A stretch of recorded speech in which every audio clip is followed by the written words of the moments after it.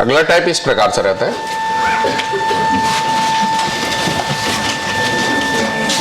जैसे कि मान लीजिए ये व्हील है, इसके दोनों तरफ दो ऑब्जेक्ट लटका दिया, एक का मास m1, एक का मास m2। माना कि m1 बड़ा है, m2 छोटा है, इसका मास कैपिटल M, इसकी रेडियस r। तो इसमें बोलता है कि इसका एक्सेलरेशन बताओ या टेंशन बताओ, ऐसे टाइप के सवाल आते हैं, देखे तो होंगे ही आप सब।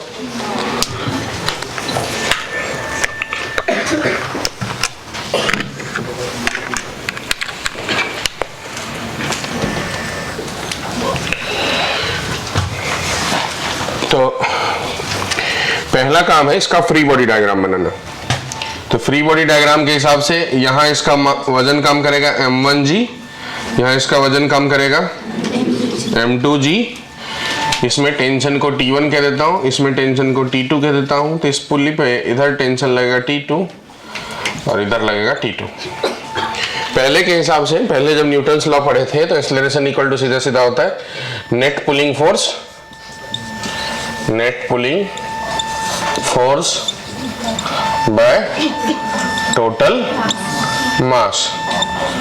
अगर वो कॉन्सेप्ट लगा दे तो यहां हो जाएगा नेट पुलिंग फोर्स। अगर मान लीजिए m1 बड़ा है तो ये नीचे जाएगा, ये ऊपर और ये नीचे। तो नेट पुलिंग फोर्स में m1g बड़ा हुआ और m2g छोटा हुआ। तो नेट पुलिंग फोर्स में m1 minus m2 into g bye total मास, मतलब m1 प्लस m2।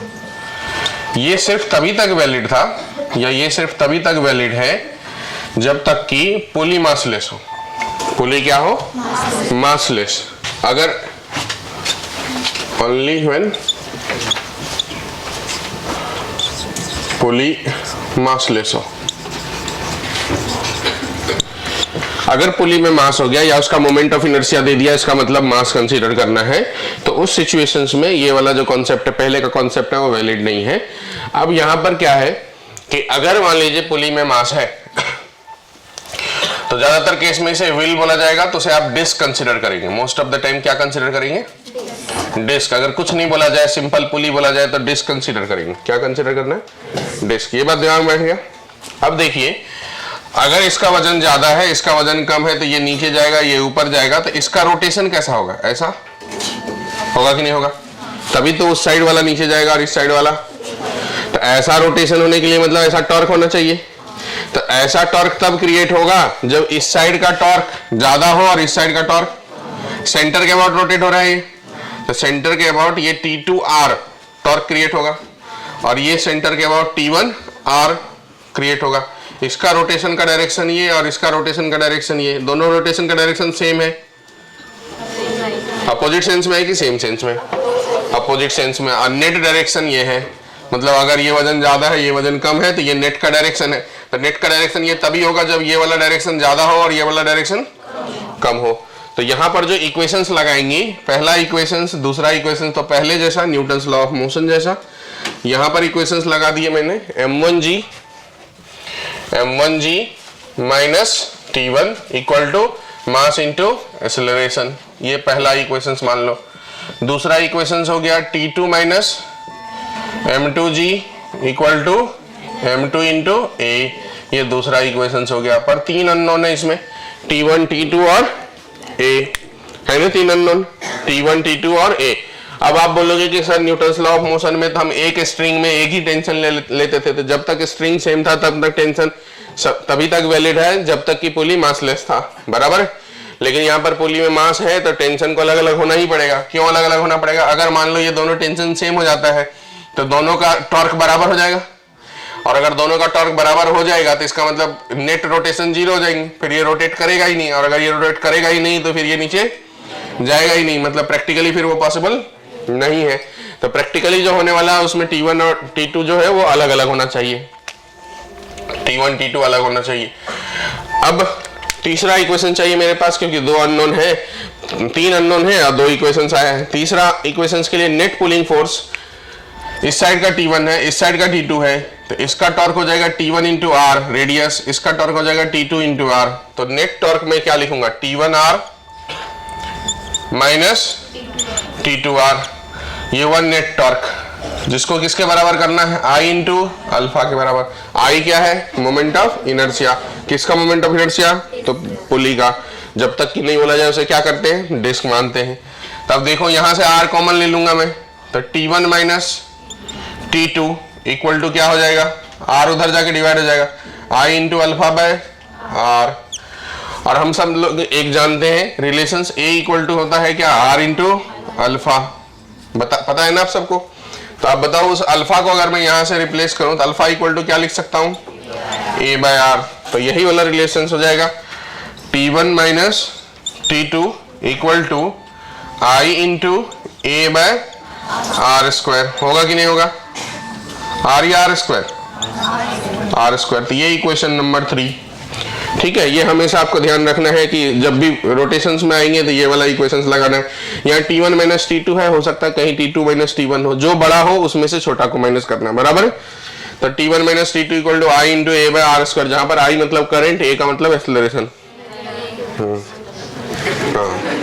I का मतलब मोमेंट ऑफ इनर्शिया और A का मतलब। तो देखो पहले इस दोनों को मैं ऐड कर देता हूं, पहला और दूसरा, इस दोनों इक्वेशंस को ऐड कर देता हूं। जैसे मैं इस दोनों को ऐड करूंगा तो क्या मिलेगा, देखो T1 T2 है M1G minus M2G, M1G minus M2G plus T2 minus T1 equal to M1A plus M2A, बराबर। इसे मैं लिखता हूं M1 minus M2 into G equal to, इसमें से A कॉमन ले लेता हूं, A M1 प्लस M2, और इस T1 और T2 को उधर लेके जाता हूं, तो प्लस T1 माइनस T2, बराबर।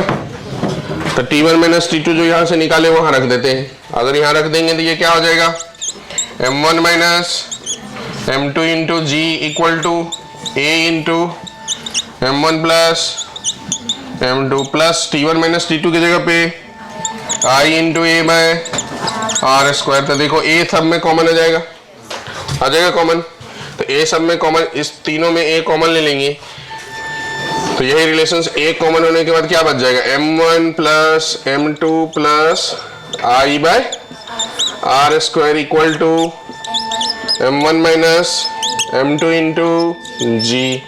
तो एक्सेलरेशन निकालने का फॉर्मूला क्या हो गया, M1 minus M2 into G by M1 plus M2 plus I by R square, I by R square, बराबर। तो इसका मतलब ये हुआ कि पहले जो फॉर्मूला था इसमें ऊपर में तो सेम ही आया, नीचे में बस जो टोटल मास है उसमें चीजें बदल गई, बस टोटल मास में क्या बदल गया, plus I by R square. तो ये फॉर्मूला रोटेशंस में काम आने वाला है बार बार। अब अगर इसको ध्यान से देखो तो आपको समझ में आएगा कि यहां तक चीजें सेम थी, यहां तक चीजें सेम थी, बस ये वाला जो है वैल्यू हमने टोटल मास में ऐड कर दिया। ये मतलब इफेक्टिव मास हुआ, किसका, पुली का। मतलब टोटल मास में M1 मास ऐड किए, M2 मास ऐड किए, पहले पुली में मास होता ही नहीं था इसलिए ये वाला मास आता नहीं था। अब पुली में मास है तो पुली का भी मास आएगा, लेकिन पुली का मास सीधा सीधा ऐड नहीं करना है, तो पुली के मास की जगह पे इफेक्टिव जो वैल्यू आने वाली है वो ऐड करना है। तो ज्यादातर केस में ये वैल्यू क्या होने वाली है, तो आई जो है डिस्क है, तो डिस्क का moment of inertia 1/2 mr square, बराबर। इसे डिवाइड बाय क्या करना है हमको, R स्क्वायर। तो R स्क्वायर हमेशा ही क्या हो जाएगा, कैंसिल। मतलब पुली के रेडियस से भी कुल मिला के कोई लेना देना नहीं है, तो ये क्या हो गया, M/2। तो आपको ये बात ध्यान रखना है, जो भी पुली है वो जिस नेचर का है, अगर वो डिस्क के नेचर का है तो कोफिशिएंट इनटू मास करना है।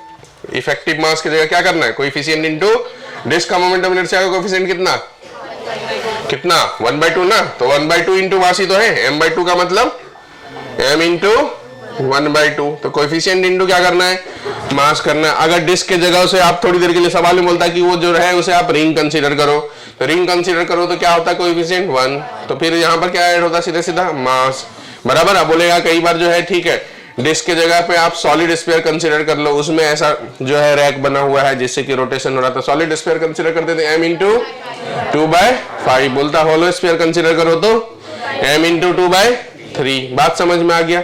मतलब मास इंटू कोएफिशिएंट ऐड करना सीधा सीधा। पहले के कॉन्सेप्ट में मतलब एक्सेलरेशन का अगर फॉर्मूला लिखूं तो मैं डायरेक्ट ये लिख सकता हूं, नेट पुलिंग फोर्स, अभी ऊपर में भी अभी भी वही है, नेट पुलिंग फोर्स वो नहीं बदला, divide by total mass plus I by R square. ठीक है, इतना ही हुआ ना, plus I by R square. जम गया क्या बातें? तो अगर ये तो मैंने स्टैंडर्ड फॉर्मेट में आपको सवाल बना के दिया, ठीक है, ताकि ये फॉर्मूला तक आप पहुंच सके, आप उसे ध्यान रख सके और उस चीजें समझ में भी आए। अगर ऐसा सवाल एकदम डेटाबेस दे दिया, देखो ध्यान से, ये है पुली जिसका मास है 10 kg, रेडियस है 2 मीटर, ऐसा दे दिया, और इसके दोनों तरफ ऐसा 2 ऑब्जेक्ट लटका दिया, एक तरफ मान लो 8 kg और एक तरफ मान लो 2 kg।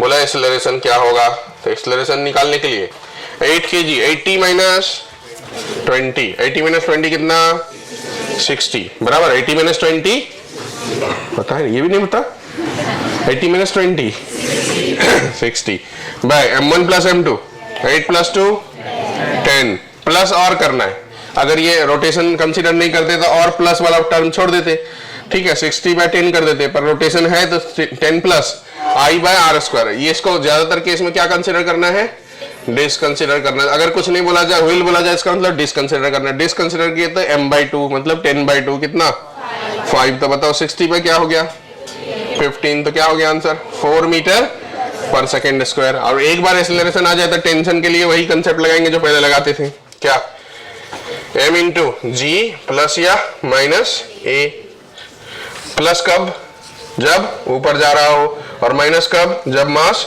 नीचे जा रहा हो।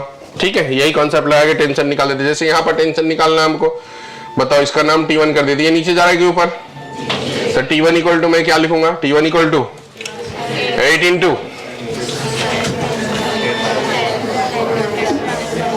10 माइनस ऊपर जा रहा है कि नीचे, नीचे, तो 4 कितना हो गया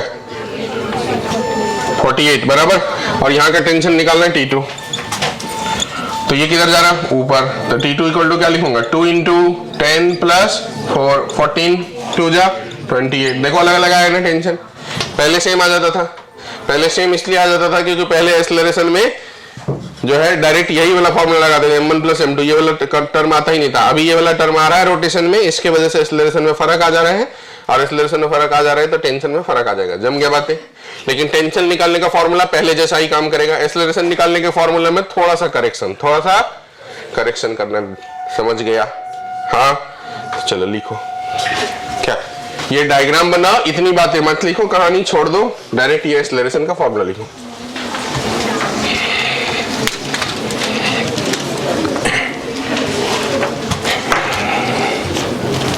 ये इतनी कहानी नहीं लिखना, इतनी कहानी पूरा वो 11th 12th के लिए होता।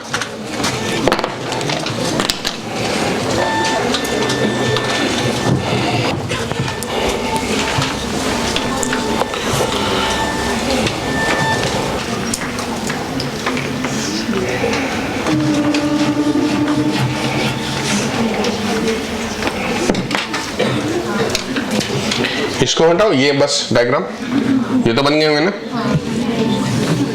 मतलब जरूरत भी नहीं है, ठीक है ना, नहीं बना रहे हो ना, फिर एक दो सवाल लिखता हूं, आप बनाओ। डिस्क मास 4 kg, 6 kg, 4 kg, acceleration find करना।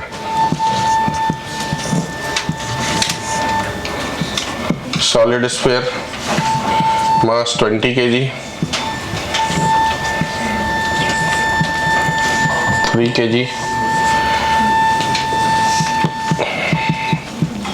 7 kg, एक्सेलरेशन फाइंड करना है।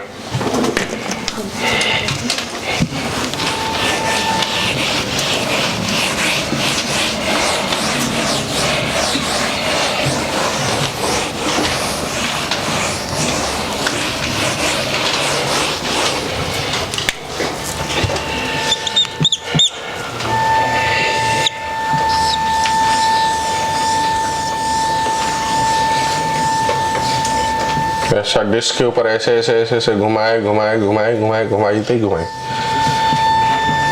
6 kg पुली।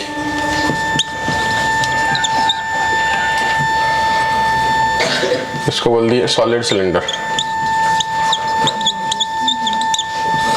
मास 12 kg, एक्सेलरेशन निकालना।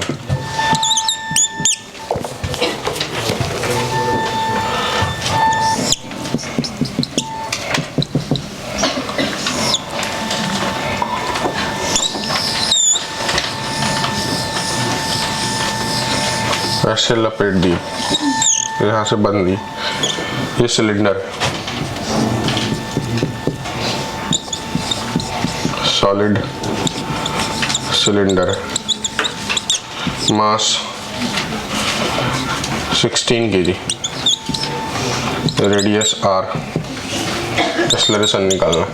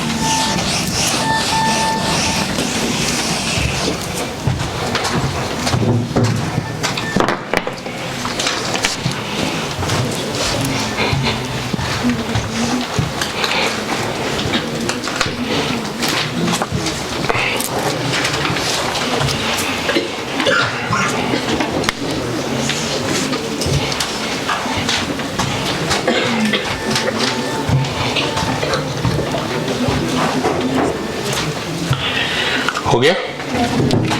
इधर का एक्सेलरेशन हो जाएगा 60 - 40, 20/10 + 2, 20/12, 5/3। ये नीचे आएगा, ये ऊपर जाएगा। इधर का एक्सेलरेशन हो जाएगा 70 - 30, 40/10 + 10, 20, नहीं 2/5, 8, बराबर है ना। तो 40/18, 20/9। इधर का एक्सेलरेशन हो जाएगा 60/6 प्लस सॉलिड सिलेंडर मतलब डिस्क, तो 12/2, 6, 60/12, 5। इस केस में देखो यहाँ टेंशन एक ही तरफ लग रहा है, टी ऐसे छोड़ दिए हैं और ये नीचे फिर जाएगा, तो इसका वजन नीचे की तरफ mg। तो टॉर्क कौन क्रिएट करेगा? सिर्फ टेंशन। वजन है 16 kg, तो mg की जगह क्या रखूंगा? 160। टॉर्क कौन क्रिएट कर रहा है? टेंशन। तो देखो रिलेशन हो जाएगा एक mg मतलब 160 minus t equal to mass into acceleration 16a। ये एक इक्वेशन होगा उसके लिए। और दूसरा t into R, torque into R equal to I into alpha. तो torque into tension into R equal to I, moment of inertia. Cylinder है तो सिलेंडर का moment of inertia about centre ही तो रोटेट हो रहा है, mr² 2 इंटू अल्फा की जगह a/r, बराबर है। मैंने ठीक लिखा क्या? हाँ, ये एक आर, ये एक आर, आर कैंसिल हो गया, तो t इक्वल टू हो गया m/2 इंटू a।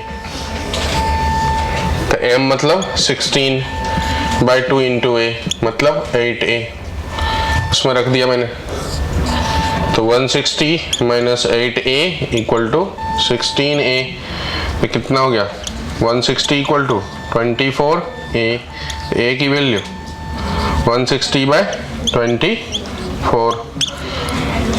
40/6, 20/3 मीटर पर सेकेंड स्क्वायर। ये मैंने प्रॉपर इक्वेशंस बनाया। अगर नहीं बनाता तो फिर पहले वाला कॉन्सेप्ट ही लगाता। तो net pulling force 160 bye total मास 16 प्लस कौन रोटेट हो रहा है? वही तो रोटेट हो रहा है, वही मास ठीक है, उसका रोटेशन का effective mass moment of inertia by R square. तो अगर हम ये करते तो 160 प्लस 16 प्लस 16 बाय 2, तो 160 बाय 16 प्लस 8, तो वही आता 160 बाय 24 मीटर पर सेकंड स्क्वायर। ठीक है, बना दो। ऐसे भी सवाल आपने देखे होंगे, कैसे सिलेंडर के लपेट के ऊपर ने छोड़ दिया। इसमें ये वैरायटीज आपने देखे होंगे और ये देखे होंगे, ये दोनों ज्यादा दिखता है।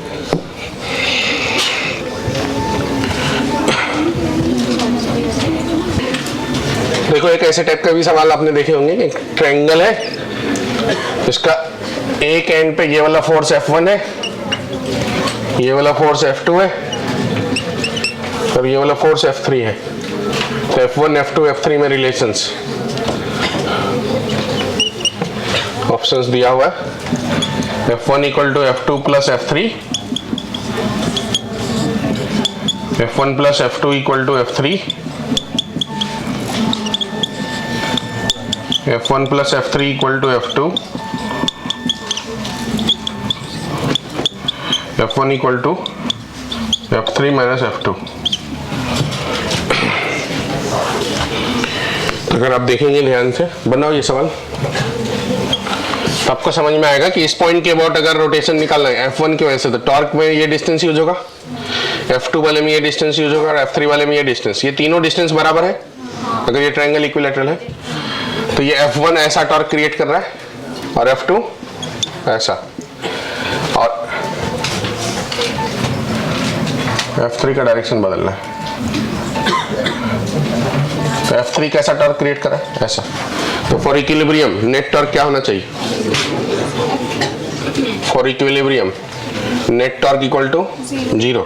तो देखो दो टॉर्क एक सेंस में और एक टॉर्क अपोजिट है, तो जो सेम सेंस में है वो F1 into D plus F2 into D minus F3 into D equal to क्या होना चाहिए? 0। डी कॉमन लेके कैंसिल हो गया, तो F1 plus F2 equal to F3। तो ये हो गया आंसर। ये नीट में आया है।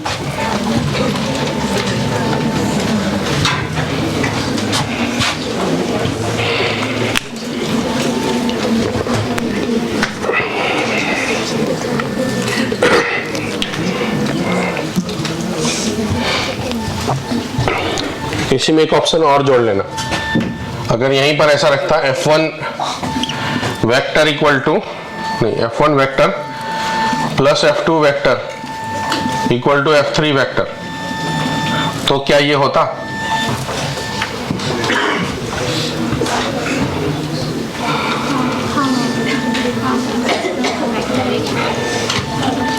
अगर ये वेक्टर फॉर्म में होता तो ये क्या ये होता? तो देखो न्यूमेरिकल वैल्यू में अगर आप देखोगे तो एक पॉइंट पकड़ो, F1 ये डायरेक्शन में लग रहा है और F2 इस डायरेक्शन में लग रहा है, ये एंगल 120 है ना? देखो ध्यान से इस पॉइंट पे, ये एंगल 60, तो ये एंगल, और F3 जो है वो इस डायरेक्शन में लग रहा है, तो इस डायरेक्शन में मतलब यहां से हॉरिजॉन्टल, बराबर। ये है F3 का डायरेक्शन, है कि नहीं बताओ? ऐसा ही है ना? तो बताओ अगर ये F3 को रिप्लेस करेंगे अपन, यहां से ऐसे रिप्लेस करती है इस पॉइंट पे, तो ये एंगल 60, तो ये एंगल कितना हो गया? 60 हो गया ना, और ये भी 60, बराबर। कैसे ये पता चला? ये 60, ये 60, तो ये भी 60, इससे ये पता चल गया, बराबर। तो इसका मतलब ये 60 और ये भी 60। तो बताओ F3 equal to F1 plus F2 कैसे होगा? वेक्टर के फॉर्म में, वेक्टर के फॉर्म में F1 प्लस F2 की जो वैल्यू होगी, तो F3 तब होगा जब इसका मैग्नीट्यूड और इसका मैग्नीट्यूड सेम हो। ये only possible only when F1 equal to F2 equal to F3 हो, अदरवाइज ये पॉसिबल नहीं है। पर ये मैग्नीट्यूड के हिसाब से तो हो सकता है एक 8 हो एक 2 हो, बराबर। 8 2 10 और तीसरा 10 हो, तब भी ये रिलेशन वैलिडिटी, क्योंकि ये मैग्नीट्यूड ही काम कर रहे हैं ना। फोर्स का मैग्नीट्यूड इनटू डिस्टेंस टॉर्क होता है, तो ये मैग्नीट्यूड निकाले ना टॉर्क का, ये टॉर्क की मैग्नीट्यूड निकाले, ये टॉर्क का मैग्नीट्यूड है, बराबर। तो बताओ ये रिलेशन बोलना सही है कि ये रिलेशन बोलना सही है? सेकेंड वाला ये बोलना सही नहीं, तो ये हमेशा सही नहीं है, नॉट ऑलवेज ट्रू, मतलब ये ट्रू ही नहीं है, मतलब ऐसा मान के चलो इस कंडीशंस में नहीं है ट्रू। ट्रू कब हो सकता है? ये वाले सिचुएशंस में। आपके सामने इसलिए रखा क्योंकि आप ये करके जाओगे और हो सकता है वैसा दिया।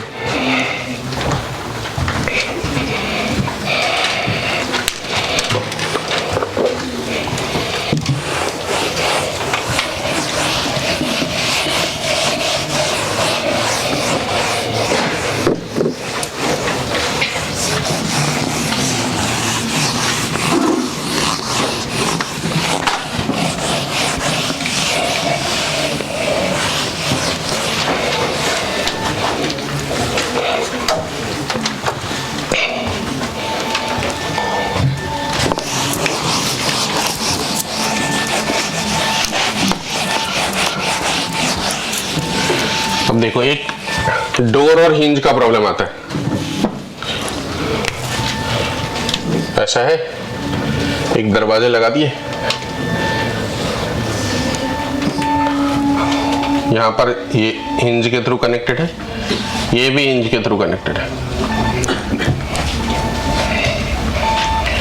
इसका मान लो कि लेंथ हो गया 8 फीट और ये वाला मान लीजिए 4 फीट का डोर है, और वजन इसका 20 kg पकड़ लो।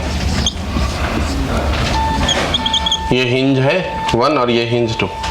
हम लोगों को जो ज्यादातर सवाल आएगा, मतलब ज्यादातर क्या सभी सवाल आएगा, उसमें ये वाला डिस्टेंस और ये वाला डिस्टेंस सेम रहेगा, तभी जो है प्रॉपर दरवाजे जो है वर्क करेंगे। नहीं रहेगा सेम तो प्रॉपर दरवाजे वर्क नहीं करेंगे, मतलब थोड़े से टिल्ट हो जाएंगे। तो ये वाला डिस्टेंस मान लीजिए मैंने दिया 1 फीट और ये वाला भी दे दिया 1 फीट, तो बोलेगा यहां पर कि नेट फोर्स बाय हिंज लगाना, एक वो भी एक हिंज के द्वारा, नेट फोर्स बाय हिंज मतलब एक हिंज के द्वारा जो फोर्स लगेगा वो नहीं लगाना है। अब ऐसे सिचुएशंस में पहले इसका वजन काम करेगा। वजन किधर काम करेगा बताओ? दरवाजे का वजन नीचे, यहां से नीचे की तरफ कितना 200 mg। कोई दिक्कत किसी को? सेंटर ऑफ मास से ही वजन काम करेगा ना। तो सेंटर ऑफ मास देखो, ये टोटल वेट जो है 4 फीट है, इसका मतलब ये पहला वाला वेट 2 फीट और दूसरा वाला भी 2 फीट, ऐसा ही कुछ है। ये जो दरवाजे हैं हिंज है, तो आप ये बताओ कि यहां पर हिंज जो है एक फोर्स लगा रहा होगा कि दो?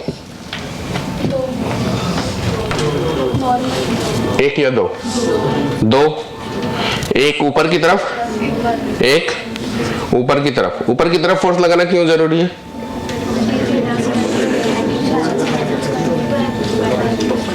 क्यों जरूरी है? क्योंकि नीचे वजन mg काम कर रहा है, उसको बैलेंस करने के लिए कोई ना कोई फोर्स चाहिए ना, हाँ या ना? तो इसलिए एक फोर्स ऊपर की तरफ लगाएगा, एक फोर्स ऊपर की तरफ। तो उसे मान लीजिए मैं थोड़ी देर के लिए स्मॉल f कंसिडर कर लेता हूं, तो ये भी एक फोर्स ऊपर की तरफ लगाएगा, उसे भी स्मॉल f कह देता हूं, ठीक है।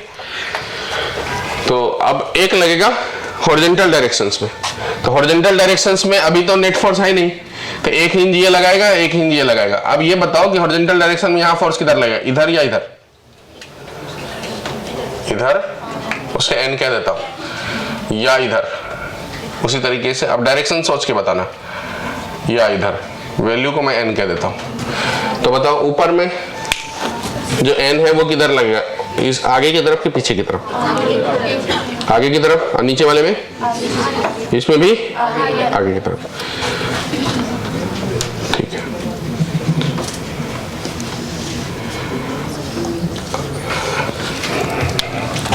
अब देखो एक चीज समझो, जितना ऊपर है उतना ही नीचे। अगर ये डिस्टेंस हमने सेम नहीं रखते तो ये जो f और f सेम रखे वो सेम नहीं हो सकता, ये n और n डेटा सेम रखे वो सेम नहीं हो सकता। तो ये डिस्टेंस सेम है, इसीलिए ये मैग्नीट्यूड सेम है। बात जमा क्या? तो हमको जो सवाल आएगा उसमें ये डिस्टेंस सेम रहेगा तो ही ये मैग्नीट्यूड सेम रहेगा। तब जितना ऊपर लगने वाला फोर्स है, ऊपर लगने वाला फोर्स कितना 2F और नीचे लगने वाला फोर्स 200, 2 2 कैंसिल, F की वैल्यू 0 0 100, F की वैल्यू 100। ये देखो ध्यान से, मान लो ये दरवाजे, यहां पर हिंज लगा हुआ और इस जगह में हिंज लगा हुआ है, दो जगह हमने हिंज लगाए, ठीक है। सोच के देखो, अभी गिरेगा तो इधर रखता हूं, मैं ऊपर वाला हिंज को छोड़ दिया,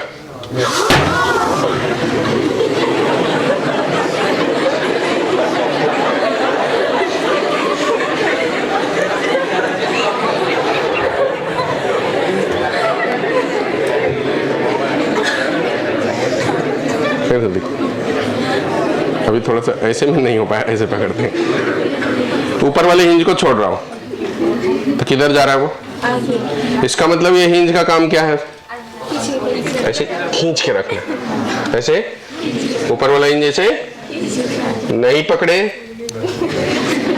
तो ऐसा बराबर है, आया ना। तो ये जो ऊपर का डायरेक्शन आपने बोले वो सही है कि गलत, गलत हो गया ना, मतलब ये डायरेक्शन है ऊपर वाले पर, जमा क्या बात है, ठीक। अब देखो ऊपर वाले को पकड़ा हूं, नीचे वाले को भी पकड़े हैं, नीचे वाले को छोड़ दिए, किधर आ रहा है, ऊपर वाले को पकड़े हैं, अभी भी हिंज लगा हुआ, नीचे वाले को छोड़ दिए, किधर आ रहा है, छोड़ दिए, किधर आ रहा है, छोड़ दिए, किधर आ रहा है। इसका मतलब नीचे वाले का काम ऐसे, बराबर ऐसे धक्का दे के आगे रखना, तो नीचे वाले का डायरेक्शन सेम, ओके। इतना समझ गया डायरेक्शंस, हमेशा ध्यान रखना ऊपर वाले में ऐसे खींच के रखे हैं। आप कभी अपने घर के दरवाजे को इमेजिन करना, ऊपर वाला हिंज टूट जाएगा तो जो दरवाजे है ऐसा बेंड हो जाएगा, ठीक है, और नीचे वाला हिंज टूट गया तो ऐसा, ऊपर वाला खींच लिया, नीचे वाला गैप, नीचे गैप ज्यादा दिखेगा, ऊपर गैप खत्म हो जाएगी, बराबर। तो ये हुआ डायरेक्शंस की बातें। तो नेट फोर्स में तो एक F आ गया, अब N की वैल्यू चाहिए तो मुझे टॉर्क लगाना पड़ेगा। तो टॉर्क किसी भी पॉइंट के अबाउट निकालो, इक्वल टू 0 ही होगा अगर इक्विलिब्रियम में है तो। आपका मन है दरवाजे के किसी पॉइंट को पकड़ो, आपका मन है कहीं और लंदन में जाके पॉइंट पकड़ लो, ठीक है। तो सभी पॉइंट के अबाउट नेट टॉर्क क्या होगा इक्विलिब्रियम में 0। लेकिन हम लोग समझदार लोग हैं, पॉइंट कौन सा पकड़ते हैं जहां से ज्यादा फोर्स पास कर रहा हो। तो ये वाला पॉइंट पकड़े, कितना फोर्स पास कर रहा है इस पॉइंट से, ये वाला पॉइंट पकड़े, इसमें कितना पॉइंट पास 2, ये वाला पॉइंट पकड़े, इसे भी कितना 2, ऐसा नहीं, इससे भी 3 पास कर रहा है, ये और इसको भी पकड़ोगे तो 3 पास कर रहा है, 1 2 3 कर रहे हैं ना पास।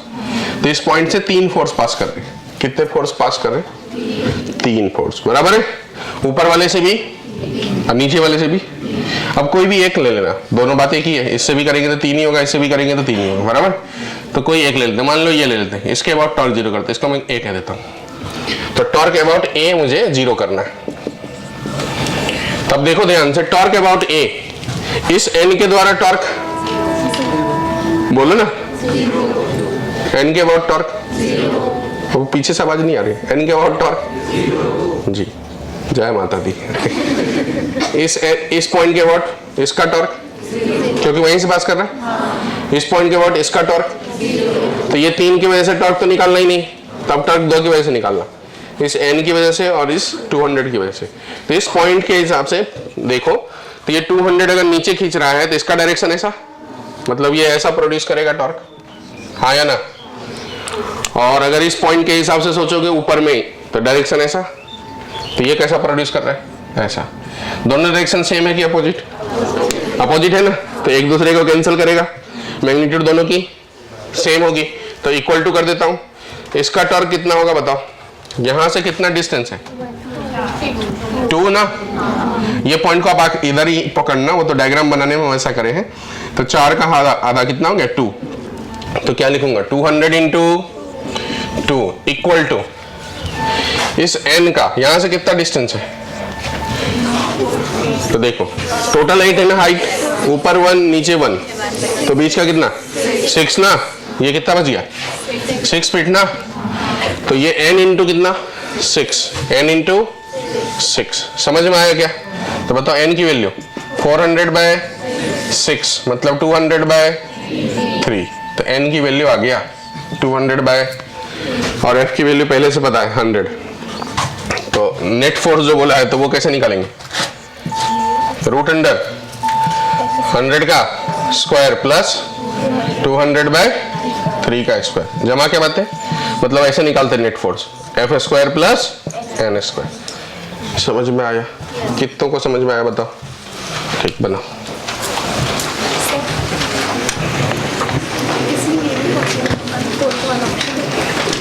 फोर्थ वाला भी है F1 plus F2 equal to F3, हाँ ये भी है, सेम ही तो है।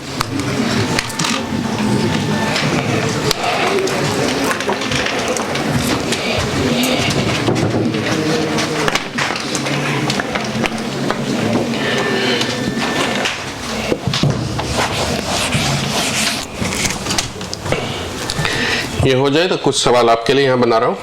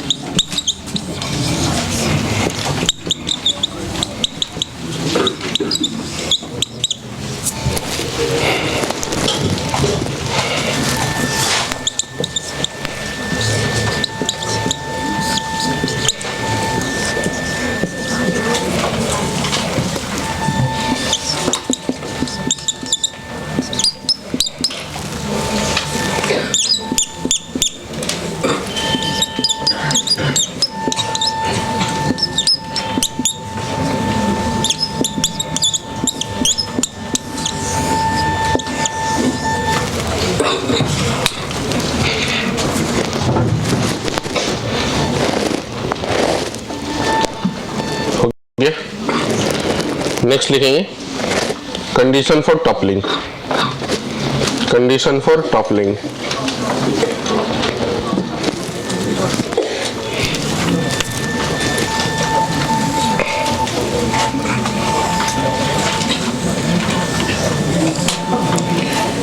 मान लीजिए एक क्यूब है जिसका साइड का लेंथ a है, मास m है।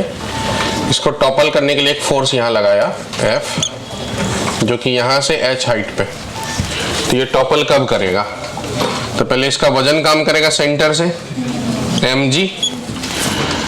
तो जब इस पे फोर्स ऐसे लगाएंगे, ऐसे हम खड़े हैं, आप देखो मैं ऐसे खड़ा हूँ और इधर से किसी ने फोर्स लगाया, तो मेरा बॉडी का जो वेट है वो इस डायरेक्शन में चलता रहेगा। तो बॉडी का वेट अगर इस डायरेक्शन में चलता रहेगा तो वो भले ही सेंटर ऑफ मास से हमेशा पास करेगा, लेकिन नॉर्मल का पोजीशन सरफेस पे बदल जाएगा। नॉर्मल अभी सेंटर लाइन पे लग रहा होगा, तो अभी ऐसे डायरेक्शंस में इस पैर पे नॉर्मल आ जाएगा, ठीक है। और अगर किसी ने इधर से फोर्स लगाया तो इस पैर पे नॉर्मल आ जाएगा। तो नॉर्मल का डायरेक्शन शिफ्ट होता है। तो जैसे जैसे इसे फोर्स बढ़ाते जाएंगे वैसे वैसे यहाँ पर नॉर्मल की जो पोजीशन है, mg तो यहीं रहेगी, पर नॉर्मल का पोजीशन शिफ्ट हो जाएगा। कितना शिफ्ट हो जाएगा? तो मान लो x, तो ये इस पॉइंट के बाद टॉपल कर रहा है। x ज्यादा से ज्यादा कितना हो सकता है? a/2, क्योंकि नॉर्मल ऑब्जेक्ट के बाहर तो जा नहीं सकता।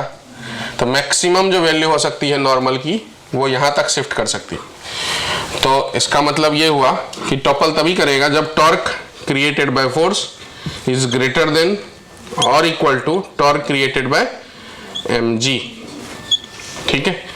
और टॉर्क क्रिएटेड बाय mg वही होगा जितना torque created by normal about centre होगा, अबाउट सेंटर ऑफ मास, ठीक है। तो टॉर्क क्रिएटेड बाय फोर्स, तो अगर मान लीजिए नॉर्मल इधर शिफ्ट होगा इस पॉइंट पे, तो इस पॉइंट के बाद रोटेशन हो रहा है, तो ये f कितना दूर है इस पॉइंट से? h हाइट पे, तो f into h must be greater than equal to, ये कितना डिस्टेंस? a/2, तो mg इंटू a/2। ये हुआ कंडीशन फॉर टॉपलिंग, टॉपल करने के लिए कंडीशन है, ठीक है। अगर डायग्राम आपको ऐसा बना के दिया जाए,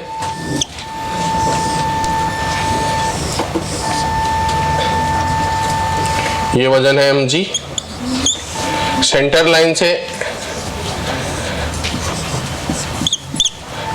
y ऊपर फोर्स लग रहा हो और बैलेंस करने के लिए नॉर्मल ने अपने आप को x ही शिफ्ट किया हो, तो n की वैल्यू तो मैग्नीट्यूड में हमेशा mg के बराबर होगा। तो अगर पूरी तरीके से इक्विलिब्रियम में, मतलब ये ऐसा रोटेट हो ही नहीं रहा है, इसी सिचुएशंस को हैंडल किया हुआ, तो नॉर्मल यही रहेगा। लेकिन जैसे ये वैल्यू बढ़ाएंगे तो ये थोड़ा सा रोटेट करेगा तो नॉर्मल उधर की तरफ शिफ्ट होगा। तो नॉर्मल जैसे इस पॉइंट पे शिफ्ट हुआ, मान लीजिए, तो इस पॉइंट पे शिफ्ट हुआ, तो उस कंडीशन में रोटेट नहीं होने के लिए सिचुएशंस ये है कि फोर्स इनटू कितना y या y plus a/2, y plus इस पॉइंट के बाद ये a/2 हो गया, ये पूरा a है, ये पूरा x है, तो y plus a/2 equal to n into x या फिर mg इंटू x। ये तब का कंडीशन है जब तक कि ये रोटेट नहीं हो रहा है। जब ये वैल्यू इस वैल्यू की मैक्सिमम वैल्यू से बड़ी हो जाए, ये तो मैक्सिमम नहीं है ना, x के पास अभी भी चांस है आगे जाने का, बराबर है। तो इसकी मैक्सिमम वैल्यू कितनी हो सकती? इसकी मैक्सिमम वैल्यू हो सकती है mg इंटू a/2। तो जब इस वैल्यू से बड़ी ये वैल्यू हो जाए तो ऑब्जेक्ट टॉपल कर जाएगा, अदरवाइज टॉपल नहीं करेगा। फ्री मतलब rotation bye force, torque by force अगर mg इंटू a/2 से ज्यादा हो जाए, जो कि यहाँ हो रहा था, ठीक है, तो वो टॉपल कर जा रहे थे। तो यही हुआ कंडीशन फॉर टॉपलिंग। तो डायग्राम वैसे भी बना के दे सकते हैं, ऐसे भी बना के दे सकते हैं, लेकिन सभी में कंडीशंस कुल मिलाकर के यही रहने वाला, कंडीशन फॉर टॉपलिंग। इसमें ध्यान रखना है कि रोटेशन पॉइंट इसके अबाउट होने वाला है, जहां नॉर्मल शिफ्ट करेगा उसके अबाउट रोटेट करेगा, बराबर है। किसके अबाउट रोटेट करेगा? जहां नॉर्मल शिफ्ट होगा, ठीक, बना दे।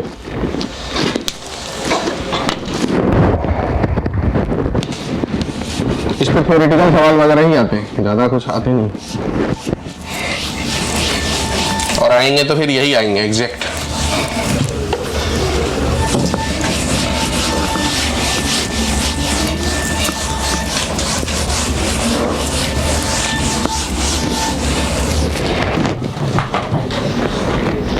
लुट गए।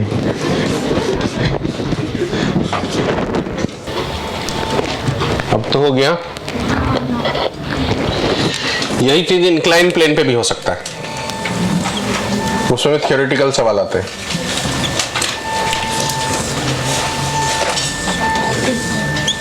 तो ऐसा अगर इंक्लाइन प्लेन पे है, ये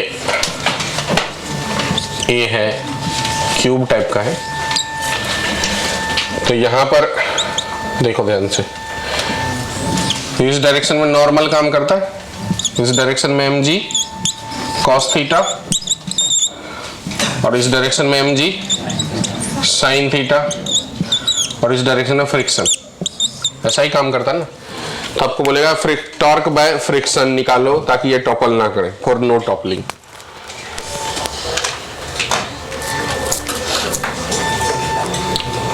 फॉर नो टॉपलिंग,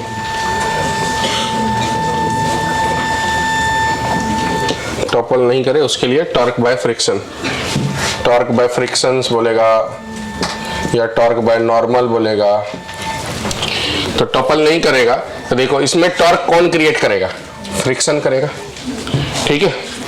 तो फ्रिक्शन अगर टॉर्क क्रिएट करेगा तो इस पॉइंट के अबाउट करेगा, तो उसको रोकने के लिए नॉर्मल अपने आप को शिफ्ट कराएगा, कराएगा ना। कितना शिफ्ट करा सकता है, a/2। नॉर्मल की वैल्यू किसके बराबर होगी, mg cos थीटा के बराबर। किसके बराबर, mg cos, न्यूमेरिकली तो सेम रहेगा ना, normal equal to mg cos theta. तो टॉर्क बाय फ्रिक्शंस, फ्रिक्शन की का जो टॉर्क होगा उसे आप बैलेंस, अगर टॉपल नहीं कराना है तो बैलेंस करने के लिए इक्वल टू टॉर्क बाय क्या होना चाहिए, नॉर्मल। और टॉर्क बाय नॉर्मल क्या हो जाएगा, mg cos theta into a/2, ये हो जाएगा टॉर्क बाय फ्रिक्शंस। मतलब टॉर्क बाय फ्रिक्शंस बोला जाए या टॉर्क बाय नॉर्मल बोला जाए। Torque by normal mg cos theta into a/2, यही टॉर्क बाय फ्रिक्शंस है। और अगर ऐसे नॉर्मली सोचोगे आप, सीधा दिमाग से सोचोगे, तो टॉर्क बाय फ्रिक्शन आप लगाओगे friction force mu into N, mu mg cos theta into a/2, पर ये हो जाएगा गलत। ये भी ऑप्शन में रहेगा, ये भी ऑप्शन में रहेगा, ठीक है। ऑप्शन में ये भी रहेगा, torque by friction equal to mg sin theta into a/2, ठीक है। तो बताओ तीनों में से कौन सा सही है, पहला, दूसरा, तीसरा। दूसरा तो मैंने काट ही दिया, मतलब आपको पहले ही पता चल गया कि गलत है। तीसरा बताओ, ये ऑप्शंस में रहेंगे ये सब बराबर। उस वक्त कंफ्यूज होगा, साइन था, कॉस था, टेन था, कॉट था।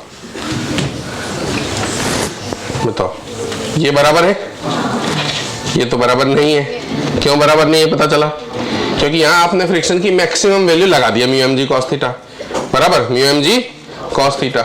अगर ये फ्रिक्शन की मैक्सिमम वैल्यू आ गई और वो वैल्यू mg cos थीटा से बड़ी हो गई, ठीक है, तो उस सिचुएशंस में क्या होने वाला है, फ्रिक्शंस के द्वारा जो टॉर्क क्रिएट होगा उसे कोई बैलेंस ही नहीं कर पाएगा, तो टॉपल हो जाएगा, टॉपल हो जाएगा।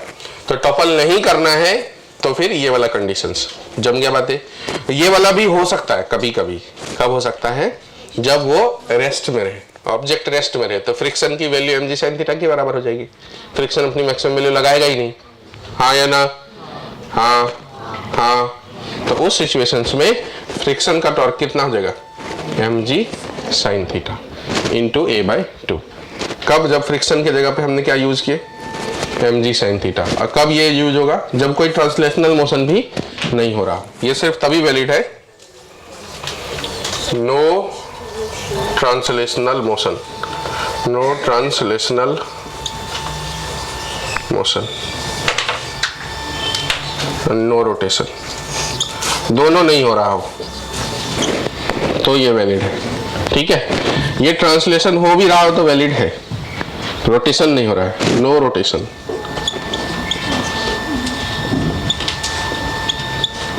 बट ट्रांसलेशन हो रहा है,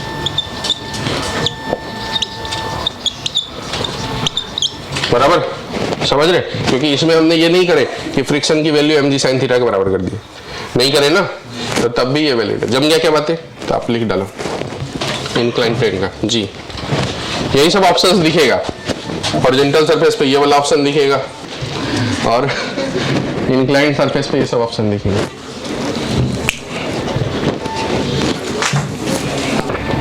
इसी में एक सवाल ऐसा भी आता है, पूछा जाएगा, क्वेश्चंस करके लिख देता हूं। अब टॉर्क में सिर्फ नहीं, क्या बचा बताओ तो, टॉर्क में क्या क्या पढ़ाना बाकी है टॉर्क में। कपल पढ़ाना बाकी है ना। ये ऑब्जेक्ट है, मास इसका m है,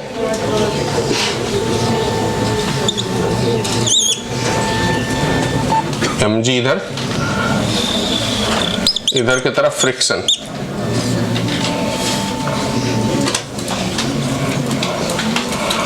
और इधर की तरफ नॉर्मल।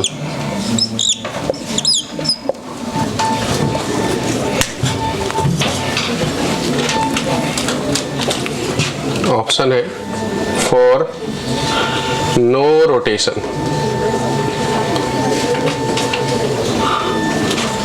एंड ट्रांसलेशन, ना ट्रांसलेशन हो ना रोटेशन हो, क्या क्या सही हो सकता है। F equal to N, F equal to mg,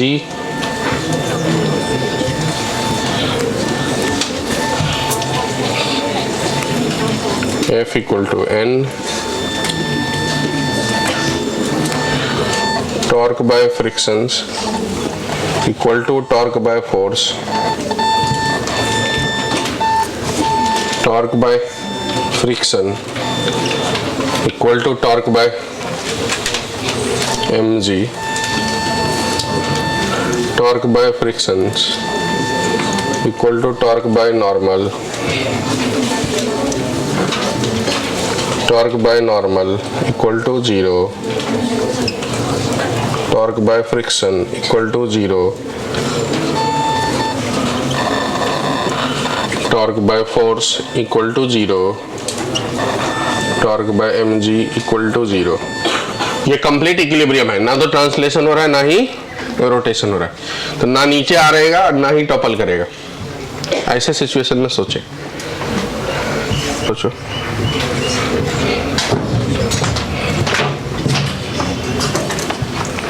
option सभी लिख लेना उसको, सवाल का इंपॉर्टेंट है, मतलब वो आपको कहीं ना कहीं जरूर दिखेगी। और मैंने जितने वैरायटीज हो सकता है उसके ऊपर ऑप्शन के वो सब मैंने लिखा हूं। देखो अगर ये ट्रांसलेशन नहीं हो रहा था, ना ही इस डायरेक्शन में कोई फोर्स होगा ना ही इस डायरेक्शन में कोई फोर्स होगा, तो F और N क्या होना चाहिए, इक्वल। सही है। फ्रिक्शन और mg एक दूसरे को क्या करना चाहिए, बैलेंस। F और नॉर्मल का कोई लेना देना है नहीं, फ्रिक्शन और फोर्स का कोई लेना देना।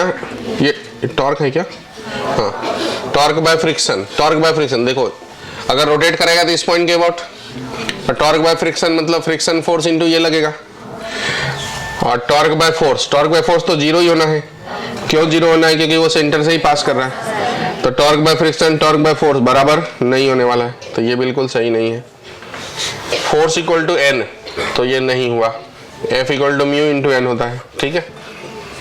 तो torque by friction equal to torque by mg, तो बताओ टॉर्क बाय फ्रिक्शन mg के द्वारा टॉर्क फिर से 0, तो फ्रिक्शन का टॉर्क mg के टॉर्क के बराबर नहीं होगा। Torque by friction equal to torque by normal, ये बिल्कुल सही है, क्योंकि नई रोटेशन का तो यही कारण है कि फ्रिक्शन के द्वारा जो टॉर्क है उसे नॉर्मल बैलेंस कर रहा है। मतलब फ्रिक्शन जो टॉर्क क्रिएट करेगा इस पॉइंट के अबाउट वो ऐसा क्रिएट करेगा, और उसे बैलेंस तो एक ही कर सकता है ये, क्योंकि ये तो सेंटर से ही पास कर रहा है और ये भी सेंटर से ही पास कर रहा है, तो इस दोनों का टॉर्क हमेशा क्या होगा, 0। तो फ्रिक्शन के टॉर्क को नॉर्मल का ही टॉर्क बैलेंस कर रहा है। टॉर्क बाय नॉर्मल 0 नहीं, टॉर्क बाय फ्रिक्शन 0 नहीं, टॉर्क बाय फोर्स 0 हाँ, टॉर्क बाय mg 0 हाँ, ठीक है।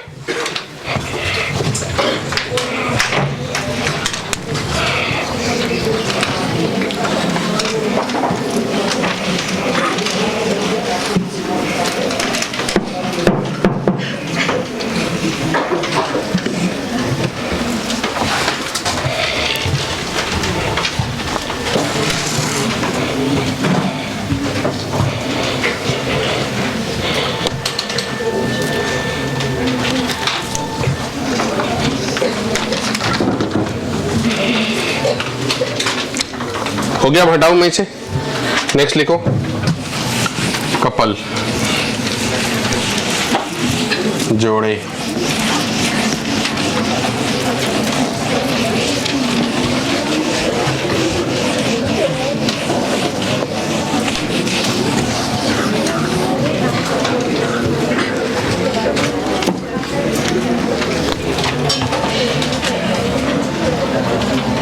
जब किसी ऑब्जेक्ट पे दो इक्वल अमाउंट ऑफ फोर्स एक दूसरे के अपोजिट में बट लाइन ऑफ एक्शन अलग अलग हो, लग रहा हो, तो उसे कपल कहते। तो इस सिचुएशंस में मान लीजिए ये पॉइंट है, तो रोटेशंस ये वाला फोर्स इस डायरेक्शन में कराएगा और ये वाला फोर्स इस डायरेक्शन में कराएगा। दोनों रोटेशन का सेम है तो ऐड हो जाएंगे। ये वाला डिस्टेंस, अगर पूरा डिस्टेंस d है तो ये d/2 और ये भी d/2। तो इस पॉइंट के अबाउट टॉर्क जो होगा, टॉर्क वो हो जाएगा F into d/2 plus F into d/2। तो ये हो जाएगा F इंटू डी। तो टॉर्क जो है वो हो गया F इंटू डी, मतलब वन फोर्स का magnitude into distance between force. इसी को कहते हैं कपल। ठीक है, तो लिखेंगे when two force of equal magnitude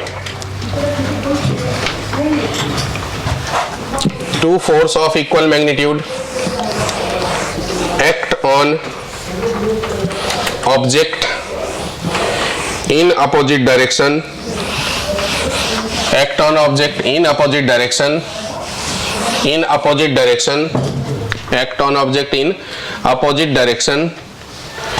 but their line of action are different, then it is called couple.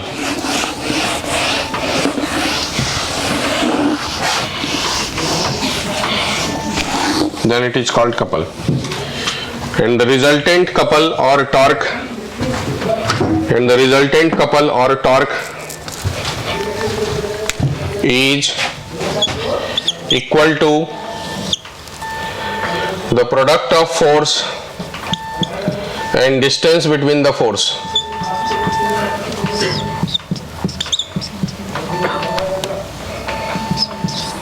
नीचे वो डायग्राम बना देंगे।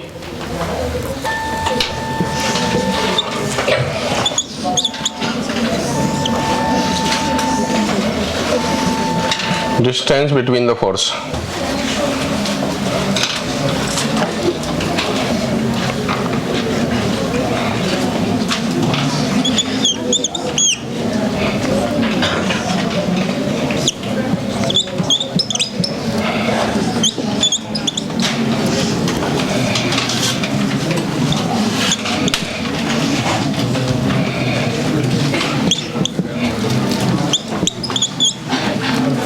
फिर कुछ सवाल बना लेना। Find couple.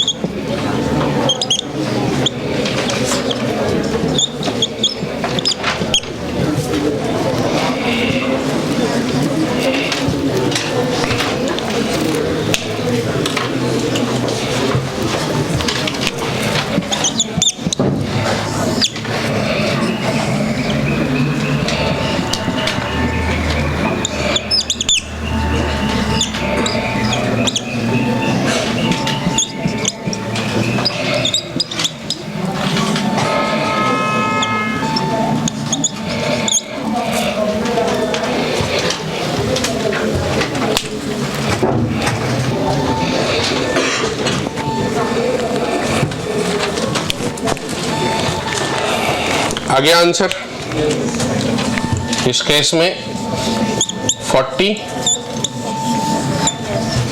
और इस वाले में 80।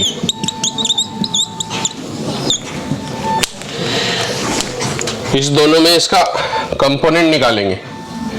ये कंपोनेंट 20, ये 37 तो ये भी 37 होगा, cos 37 और ये 20 sin 37। और इसका भी दो कंपोनेंट, ये वाला 20 sin 37 और ये वाला 20 cos 37।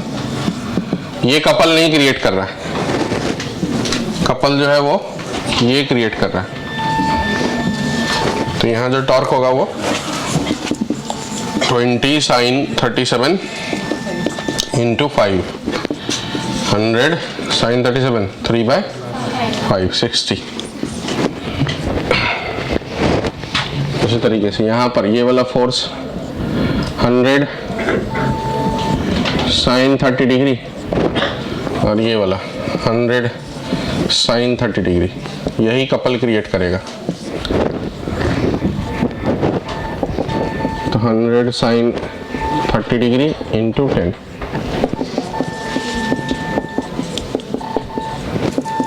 $500। तो टॉर्क की सभी वेराइटीज कवर हो गई, अब कुछ भी नहीं बचा। नेक्स्ट लिखेंगे एंगुलर मोमेंटम।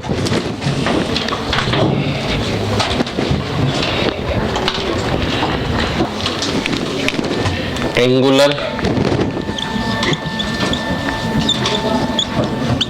मोमेंटम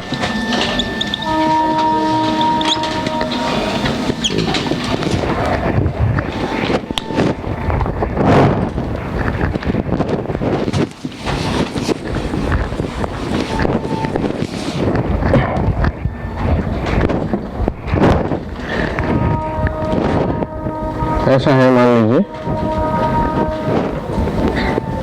ये पॉइंट O है, कोई ऑब्जेक्ट यहाँ पर जिसका कि मास m है, v वेलोसिटी से इधर जा रहा है। तो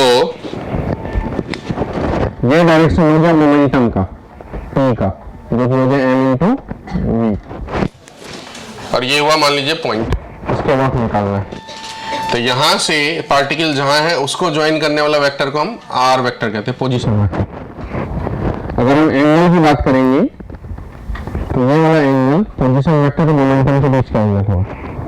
तो जो एंगुलर मोमेंटम हुआ वो फॉर्मूला वो होता है r क्रॉस p, मतलब मोमेंट का मोमेंटम, सॉरी मोमेंटम का मोमेंट, ठीक है, मोमेंटम का मोमेंट। तो इसे अपन लिख सकते हैं r क्रॉस mv, मोमेंटम मतलब mv, ठीक है। तो इसे हम लिख सकते हैं m v r sin theta.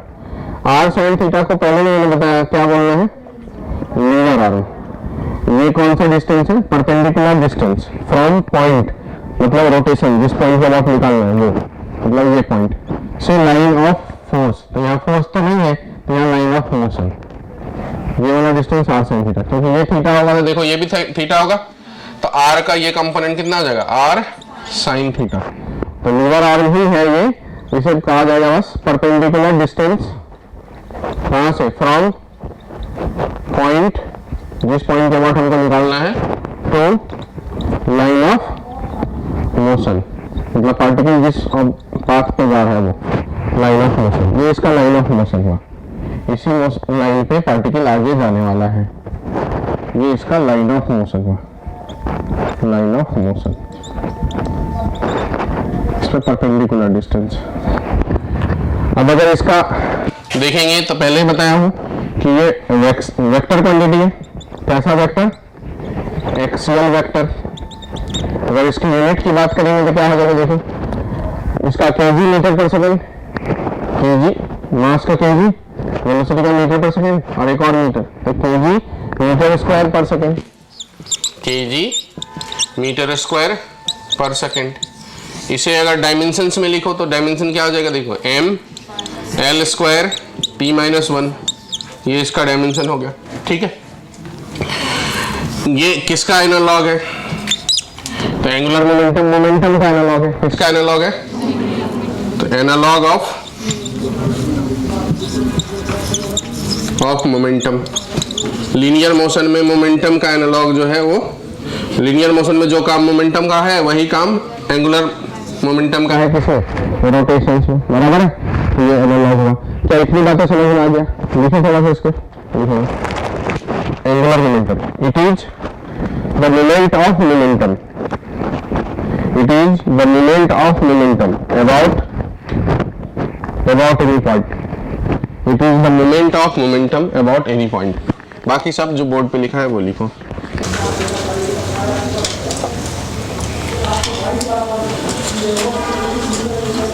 हो गया। अब देखो यहां पर एंगुलर मोमेंटम अबाउट ओ निकाले हमने। ये पॉइंट, ये पार्टिकल यहां से निकल के मान लो इधर पहुंच जाए किसी वक्त, मास m है, वेलोसिटी v है, तभी भी o के अबाउट निकालना था। अब पोजीशन वेक्टर ये कहलाएगा। अब एंगल भी बदल जाएगा, ठीक है, लेकिन तब भी ये बड़ा वाला ट्रायंगल को आप देखोगे तो आपको समझेगा कि ये वाला टर्म नहीं बदलेगा। ये वाला टर्म अभी भी उसके हिसाब से भी r1 sin अल्फा होगा, वैल्यू उसकी नहीं बदलेगी। ये दोनों इक्वल होने वाला, क्योंकि यही परपेंडिकुलर डिस्टेंस है। तो इसका मतलब ये हुआ कि उस पॉइंट जब वहां पर पार्टिकल पहुंच गया तब भी एंगुलर मोमेंटम यही होने वाला, mvr sin थीटा। इसका मतलब ये हुआ कि किसी भी लाइन ऑफ मोशन पे पार्टिकल जब तक है तो किसी एक पर्टिकुलर पॉइंट के अबाउट मोमेंटम, एंगुलर मोमेंटम हमेशा सेम रहेगा। फिर से बोल रहा हूं, जिस पॉइंट के अबाउट एंगुलर मोमेंटम निकालना है, अगर वो पॉइंट फिक्स हो तो पार्टिकल अपने लाइन ऑफ मोशन पे कहीं भी रहे, एंगुलर मोमेंटम की वैल्यू सेम रहेगी। यहां रहता तब भी सेम होता है, यहां है तब भी सेम है, और वहां चला जाए तब भी, इधर पीछे भी कहीं रहता तब भी सेम होता है। कब बदलेगा? या तो पार्टिकल अपना लाइन ऑफ मोशन बदल ले, या तो पार्टिकल अपना लाइन ऑफ मोशन बदल ले, या जिसके अबाउट निकालना है वो पॉइंट बदल ले। आप अभी ये ओ के जगह पे यहाँ कोई पॉइंट, इसके जगह पे यहाँ कोई पॉइंट पकड़ लेते तो बदल जाता फिर, क्योंकि फिर लीवर आर्म इतना ही होता, ठीक है। या तो जिस पॉइंट के अबाउट निकाल रहे वो पॉइंट बदल जाए, या लाइन ऑफ मोशन बदल जाए, तो ही एंगुलर मोमेंटम बदलेगा। नहीं तो किसी भी पर्टिकुलर स्ट्रेट लाइन पे पार्टिकल चलता रहेगा, चलता रहेगा, चलता रहेगा, तो किसी पर्टिकुलर पॉइंट जिसके अबाउट हमको निकालना है अगर वो सेम है तो हमेशा भी एंगुलर मोमेंटम का जो मैग्नीट्यूड है वो सेम आएगा। जमा क्या बात है? हाँ या ना? ये बात जम गया। अब दूसरी बात है, अगर इस O के अबाउट नहीं निकालना होता, मान लीजिए यहां पर पॉइंट देता हूं A, इस जगह पॉइंट देता हूं B, इस जगह पॉइंट देता हूं C, और मैं बोलता हूं एंगुलर मोमेंटम अबाउट A बताओ, या एंगुलर मोमेंटम अबाउट B बताओ, या एंगुलर मोमेंटम अबाउट C बताओ। तो देखो आप ध्यान से, अगर A के अबाउट बात करें तो यहां से ये पोजीशन वेक्टर होता, तो पोजीशन वेक्टर और मोमेंटम दोनों का डायरेक्शन सेम, तो दोनों का डायरेक्शन सेम, तो दोनों के बीच का एंगल साइन 0 1 0, तो ये पूरा टर्म, तो एंगुलर मोमेंटम क्या हो जाएगा? 0। तो A पे रहे तब भी 0, B पे रहे और C पे रहे तब भी 0। मतलब अगर एंगुलर मोमेंटम ऐसे पॉइंट के अबाउट पे निकालना हो जो पॉइंट लाइन ऑफ मोशन पे है, जब भी एंगुलर मोमेंटम ऐसे पॉइंट के अबाउट निकालना हो जो पॉइंट कहाँ हो, तो उसका एंगुलर मोमेंटम क्या होगा? 0। या यूं समझिए कि अगर पार्टिकल का लाइन ऑफ मोशन पॉइंट से पास कर रहा हो जिसके अबाउट आपको निकालना है, तो एंगुलर मोमेंटम 0। जैसा कि टॉर्क में मैंने लिखाया था, टॉर्क में भी ऐसा होता था, फोर्स का जो लाइन ऑफ फोर्स है वो अगर एक्सिस ऑफ रोटेशन या पॉइंट ऑफ रोटेशन से पास कर जाए तो टॉर्क क्या होता था। तो वैसा ही कंसेप्ट है, क्योंकि वहां पर भी थीटा या तो 0 या 180 होता था, तो 0 हो जाता था, बराबर है? हाँ या ना? तो दो स्टेटमेंट लिखेंगे। Point number 1, if the line of motion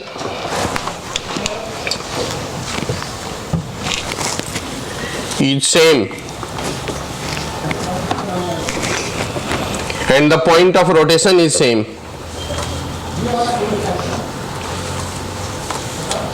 then angular momentum is always same about the particular point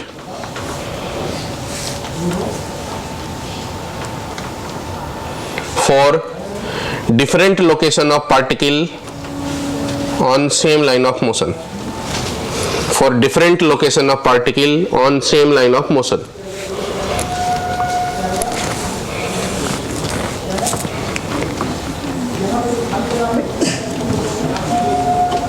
ठीक है।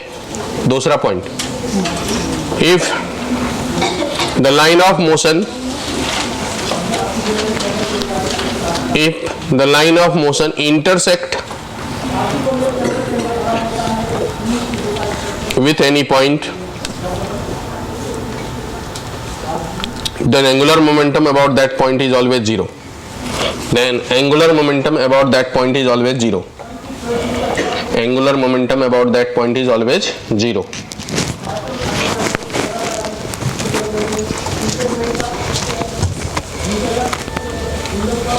ठीक है, इसी डायग्राम में आप ए बी सी भी लिख लेना और ये बात भी लिख लेना सेम ही डायग्राम में।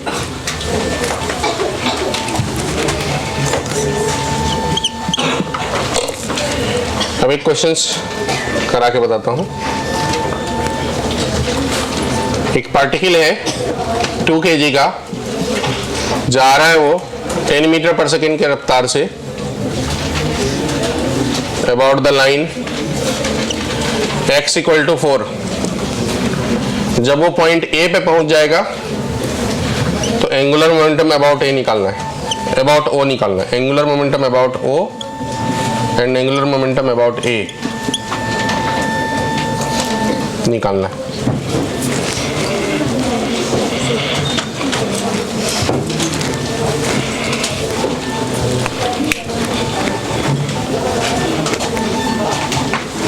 x इक्वल टू 4 नहीं, ये लाइन तो y इक्वल टू है ना, y इक्वल टू 4।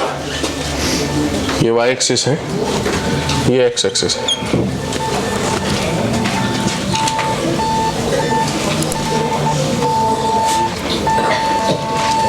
एक पार्टिकल ऐसे जा रहा है 4 kg का 5 मीटर पर सेकेंड के स्पीड से। ये पॉइंट O है, ये पॉइंट A है, ये पॉइंट B है। ये लाइन है x इक्वल टू 3।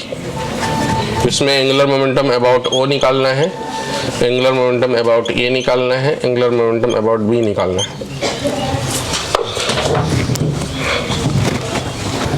देखो मैं बनाता हूं। पार्टिकल यहां रहे तब भी r sin थीटा की वैल्यू तो यही रहने वाली है ना, तो ये वैल्यू तो दी हुई ना 4। लीवर आर्म की वैल्यू दी हुई। लीवर आर्म क्या होता है, यहां से परपेंडिकुलर डिस्टेंस, तो यही ना डिस्टेंस है जो कि दिया हुआ है y इक्वल टू 4। ओ 2 इंटू 10 इंटू 4 ऐसे ही लग जाती है लंका।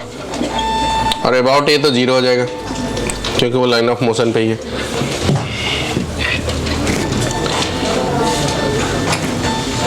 अबाउट ओ तो परपेंडिकुलर डिस्टेंस ये दिया हुआ है 3, तो 4 into 5 into 3 60। About A 0, about B 0 क्योंकि वो लाइन ऑफ मोशन पे ही है।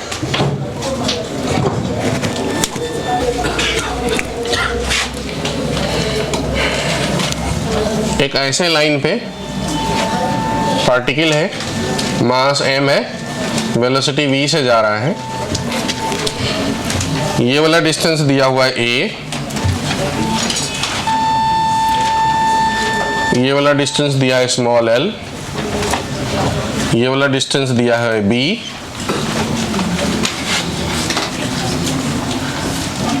ये वाला डिस्टेंस दिया हुआ कैपिटल L। ये पॉइंट है O, ये पॉइंट है कैपिटल A, ये पॉइंट जहां पर अभी पार्टिकल है वो पॉइंट है कैपिटल B, ये पॉइंट को कैपिटल C कह देता हूं, ये पॉइंट को कैपिटल D कह देता हूं। तो find angular momentum about O when about O। Option दे रहा हूं, पहला MVA, दूसरा MVL, तीसरा MVB, fourth MV capital L, चौथा MV root under A square plus B square, पांचवा MV root under L square plus L square.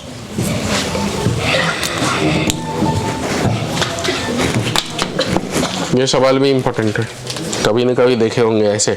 ये option तो मैं अपने तरफ से बना दिया हूँ, थोड़ा सा उसमें क्रिटिकल वो करने के लिए, फील देने के लिए।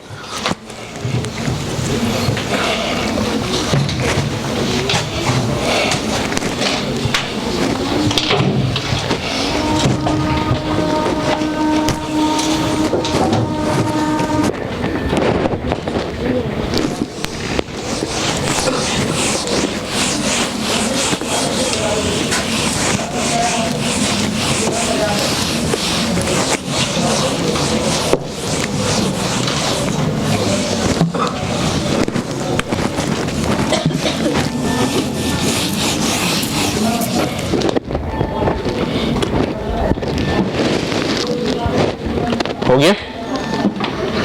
देखो अब ध्यान से, जब पार्टिकल ए पे रहेगा तो एम बी ए हो जाएगा, जब पार्टिकल बी पे रहेगा तब M B root under L square plus B square, जब पार्टिकल सी पे रहेगा तो एम बी बी, और जब वहां पे रहेगा तो एम बी कैपिटल एल। ऐसा नहीं है, ऐसा है कि ये लाइन ऑफ मोशन है, तो चाहे पार्टिकल ए पे रहे, बी पे रहे, सी पे रहे, डी पे रहे, एक ही होने वाला एंगुलर मोमेंटम, तो वो होने वाला M B into perpendicular distance, तो एम बी इंटू एल। ये सही है, बाकी सब बकवास।